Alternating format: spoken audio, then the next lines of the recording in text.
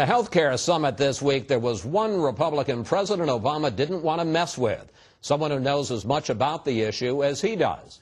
We want to go inside the numbers of healthcare reform with Wisconsin Congressman Paul Ryan, the GOP's top man on the House Budget Committee.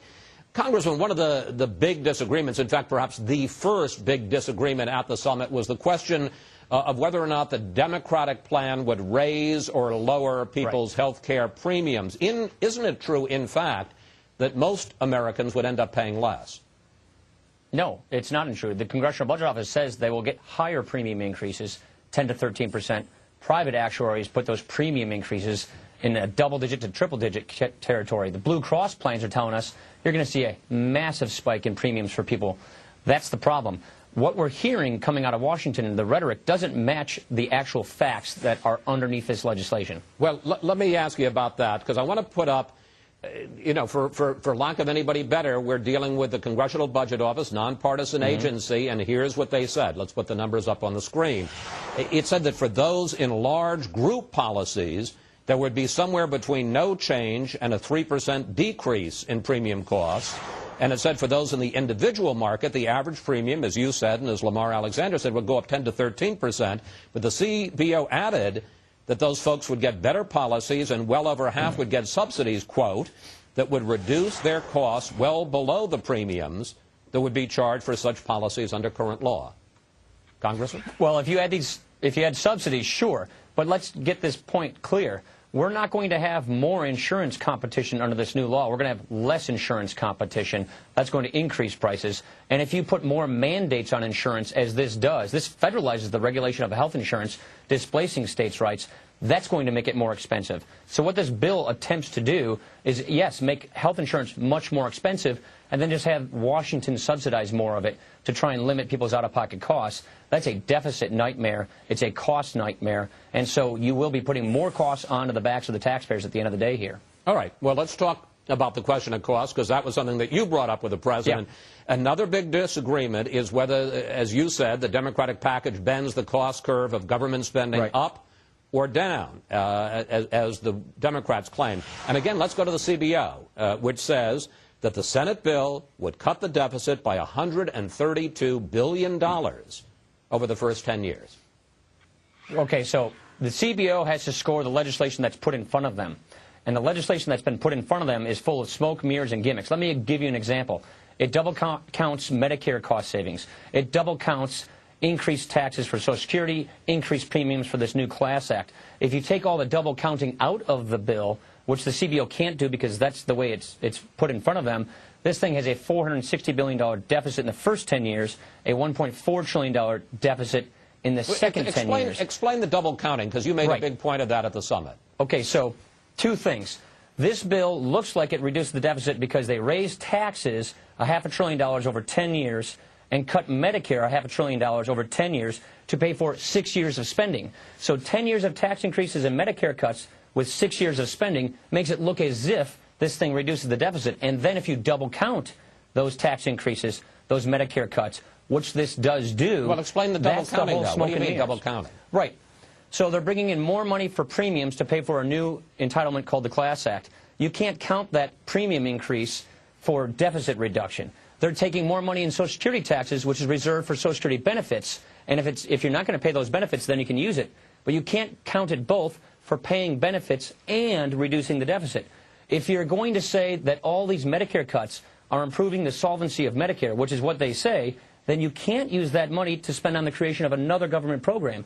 So what they're doing is they're raiding $500 billion from Medicare to pay for a new government program, and you can't say that's going to improve Medicare, which is what they're saying. So in each of these cases, they're counting the numbers twice. Okay, but let me ask you this, because the CBO says, again, we have to go back to them as the umpire in this whole deal, that once revenue and spending have all kicked in, because you talk about 10 years of revenue, 6 years of spending, they're saying that once it's all kicked in, the revenue will still exceed the spending. And in fact, it says the CBO estimates that enacting the legislation would not cause a net increase in deficits in excess of $5 billion in any of the 4 10-year periods beginning after 2019. They're projecting out 50 years and saying that if it has any impact on deficits, it'll be only minimal.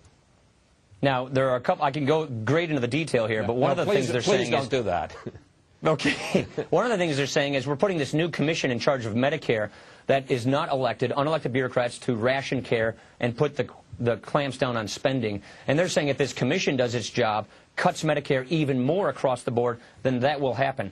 Other point is the president's own chief actuary of Medicare and Medicaid is saying quite the opposite. He's saying this is going to increase health care costs by $222 billion over the first 10 years. And so instead of bending the proverbial cost curve down, it's going up.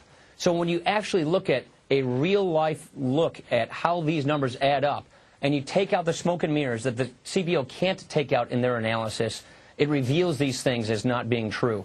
Let me just give you another point. Let me just... Okay, go ahead. I want to go on to another subject. Malpractice, because in the summit, Republicans kept talking about malpractice reform limiting doctors' liabilities, and in fact, House Leader, your leader, John Boehner, said that medical malpractice and defensive medicine are the single biggest driver of medical inflation. That isn't true, is it? Well, it's one of the biggest drivers. I think there are other contributing factors which are not being addressed in this bill, but it's a huge contributing factor. Well, let me just pick up on that, because again, the CBO says, and let's put up the numbers, that malpractice reform would reduce total U.S. health care spending by about 0.5%. That's 1/2 of 1%, about $11 billion in 2009. I mean, the fact is, drugs and technology and an aging population are much bigger drivers of medical inflation than malpractice, aren't they? Right. What CBO measures is, the cost of government, and they say we'll have $54 billion of savings with medical liability reform. What they cannot measure, and I understand why they can't measure this, they can't measure all of that defensive medicine. They can't measure all the additional tests that are being ordered by doctors, not because it's good health care, because it's good liability protection. They don't measure all of that. So there's a lot of stuff that is not being measured that we would appreciate from if you actually did medical liability reform. So what John Boehner is saying is if we actually get rid of the process of defensive medicine by having real tort reform, that would give us a lot more cost savings. Those are cost savings that the CBO just can't measure. All right, let's turn to another subject, and there's certainly no disagreement about the numbers here, which is the question of coverage. The Democrats say that their plan would cover 30 million uninsured, currently uninsured Americans, would give them health insurance coverage. The Republican plan would cover 3 million. What happens to the 27 million other Americans? Well, there's lots of Republican bills. That's one particular bill the president was talking about. The president referenced the bill that I have with Tom Coburn, Devin Nunes, and Richard Burr, which covers those 30 million people, which gets us toward full coverage in America without all these new tax increases, without all these Medicare cuts. So we believe we can get to the same coverage numbers without having a government takeover of health care. Well, how do you, so we've been very offering these briefly ideas and generally, how do you do that? How do you cover 27 million other people? We propose to do it through refundable tax credits, to give people the ability to have tax credits by ending the discrimination against people who don't buy health insurance from their jobs. And we say there are better ways of doing this. So there are lots of Republicans' ideas that have been offered all session long to get at this coverage number without massive tax increases, Medicare cuts, and a government takeover of health care. The point is, we've been frozen out of this process, Chris. The only time we've had bipartisan discussion, you've seen it because it's been on TV. We've been frozen out of this process all session long, and it's quite clear to us that they're really not interested in engaging and collaborating on bipartisanship. They want to jam this thing through. All right. We have about 2 minutes left. I want to get into one last area with you, pre-existing conditions. All sides agree that there needs to be reform that prevents insurance companies from keeping out people who have pre-existing medical conditions. The White House says, the Democrats say, hey, look, the only way you can do that is by having an individual mandate that everybody get insurance, so you have these big pools. Otherwise, people will game the system. They won't get health insurance until they get sick, and then they'll say, I want to buy a policy.